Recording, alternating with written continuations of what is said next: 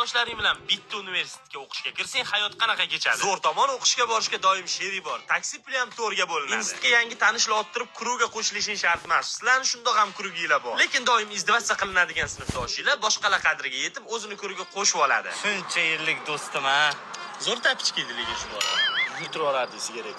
Ziladan maktabda hammamiz bir-birimizga sevgan qizimizni aytdik. Ha, esimda keyin o'sha qizni quloqiga borib shodiyor deb baqiruvdilar. Bu safar uni qilmaymiz.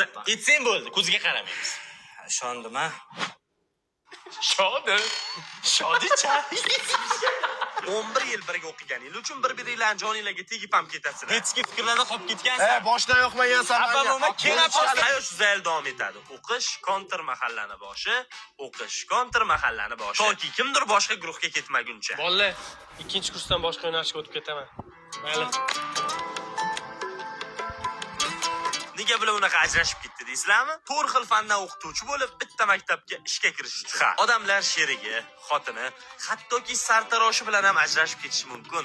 Lekin bunaqa o'rtoqlar bir-biri bilan ajrashib ketmaydi. Shunaqa do'stlarga videoni jo'natib qo'ying.